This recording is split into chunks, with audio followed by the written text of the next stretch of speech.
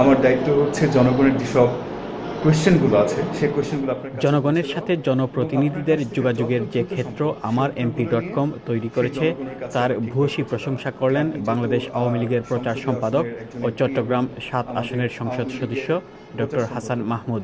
এবং সেই সাথে আমার দলের এমপি ডট মুখপাত্র কমের হিসেবে কাজ করছেন। চট্টগ্রাম ৭ তাই আসনের আমি চাই যে অ্যাম্বাসেডর আমার ইমতিয়াজ এমপি ইমনকে হিসেবে দেয়া এবং এক আমাদের সাক্ষাৎকারে তিনি এ জনগণের প্রশংসা করেন। উদ্দেশ্যে আপনি কিছু বলুন। প্রথমত এই প্রজেক্টটি আমি মনে করি অত্যন্ত গুরুত্বপূর্ণ, কারণ বাংলাদেশ এখন সত্যিকার অর্থে ডিজিটাল বাংলাদেশের যে স্বপ্নের কথা আমরা বলেছিলাম, বাংলাদেশ এখন ডিজিটাল বাংলাদেশে রূপান্তরিত হয়েছে। বাংলাদেশের ১৪ কোটি মানুষের হাতে মোবাইল ফোন, অর্থাৎ ১৪ কোটি মোবাইল সিম ইউজার, যেখানে ১৬ কোটি মানুষের দেশ, অর্থাৎ প্রায় প্রতিটি মানুষের হাতেই এখন মোবাইল ফোন আছে।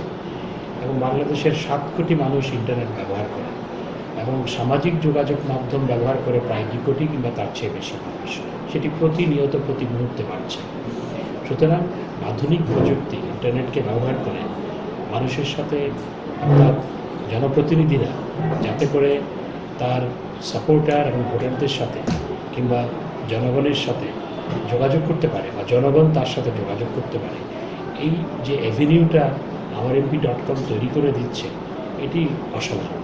আমি মনে করি এটা অত্যন্ত গুরুত্বপূর্ণ এবং এটি তথ্য প্রযুক্তির একটি তথ্য প্রযুক্তি ব্যবহার করে যে কত কাছাকাছি মানুষের কাছাকাছি যাওয়া যায় সেটির একটি উদাহরণ সৃষ্টি করব।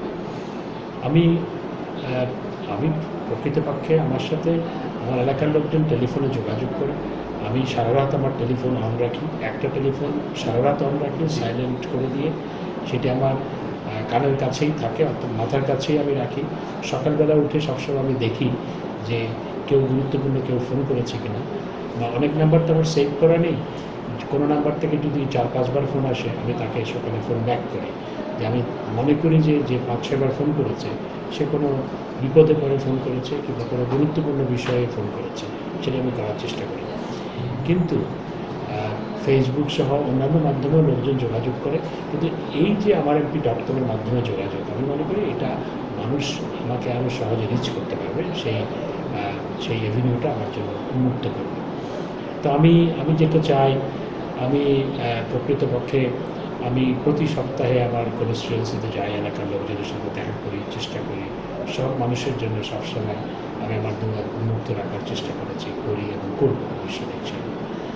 তো এই বাংলাদেশ আজকে প্রকৃতপক্ষে মাননীয় প্রধানমন্ত্রী শেখ হাসিনার নেতৃত্বে, বাংলাদেশ আওয়ামী লীগের সভানেত্রী শেখ হাসিনার নেতৃত্বে বাংলাদেশ এখন বহু দূর এগিয়ে গেছে। বাংলাদেশ একটি দরিদ্র দেশ ছিল, এখন আর বাংলাদেশ দরিদ্র দেশ নয়। বাংলাদেশ এখন অর্থনৈতিকভাবে মধ্যম আয়ের দেশ এবং বাংলাদেশ বছরের পর বছর ধরে যুগ যুগ ধরে একটি খাদ্য ঘাটতির জনপদ ছিল। আমরা যখন দেশ স্বাধীন হয় তখনও ২০ লক্ষ ২৫ লক্ষ টন খাদ্য ঘাটতি ছিল, যখন দেশের লোক সংখ্যা ৬০-৭ কোটি ছিল।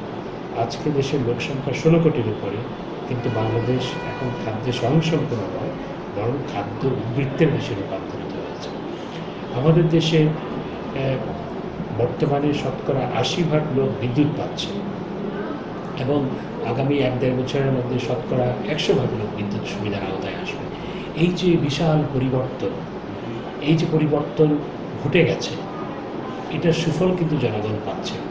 এবং বঙ্গবন্ধু যে স্বপ্ন এঁকেছিলেন, একটি স্বপ্নের সোনার বাংলা রচনার যে স্বপ্ন বঙ্গবন্ধু দেখেছিলেন, সেটি বঙ্গবন্ধু বাস্তবায়ন করে যেতে পারেননি, কারণ তাকে হত্যা করা হয়েছিল ১৯৭৫ সালের ১৫ই আগস্ট। আজকে বঙ্গবন্ধুর কন্যা, যার ধমনীতে শিরায় বঙ্গবন্ধুর রক্তস্রোত প্রবাহমান, তিনি নিরলস প্রচেষ্টা চালিয়ে যাচ্ছেন। বঙ্গবন্ধুর স্বপ্ন পূরণের পথে বাংলাদেশ বহু দূরে এগিয়ে গেছে। আমাদের এই দেশটাকে আমরা সবাই মিলে করতে চাই, শুধু আওয়ামী লীগের নেতাকর্মীদের সাথে নিয়েই করতে চাই তাই না, তা নয়, আমরা সবাইকে নিয়ে এই দেশটাকে করতে চাই।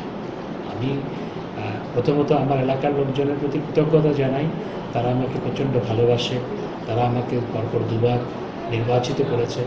আমি দেশের মানুষকে ধন্যবাদ জানাই, কারণ সরকারের এই নিরলস প্রচেষ্টা, দেশের মানুষের সম্মিলিত প্রচেষ্টার মাধ্যমেই আমাদের অর্জনগুলো এসছে। সুতরাং আমি আবারও বলব, সবাই মিলে দেশটাকে গড়ার জন্য একটি স্বপ্ন দেখতে হয়।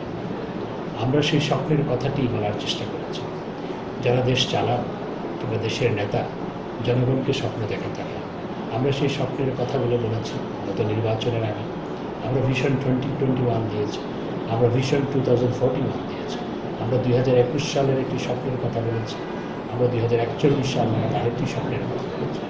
স্বপ্নহীন মানুষ যেমন কোনো কিছু অর্জন করতে পারে না, যেই ছাত্রের কোনো স্বপ্ন নাই, যেই শিশু কিংবা কিশোরের যুবকের কোনো স্বপ্ন নাই, তার স্বপ্ন পূরণের বাস্তবায়নের তাগাদাও নেই।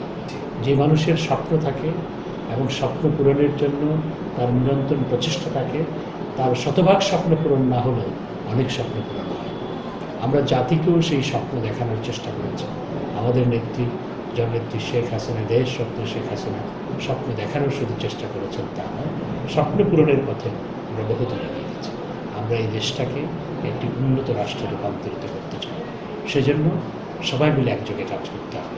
16 কোটি মানুষের হাত যদি একযোগে মুষ্টিবদ্ধ হয়, আমরা সমস্ত বাধা প্রতিবন্ধকতাকে উপড়ে ফেলে দেশকে এগিয়ে নিয়ে যেতে পারব।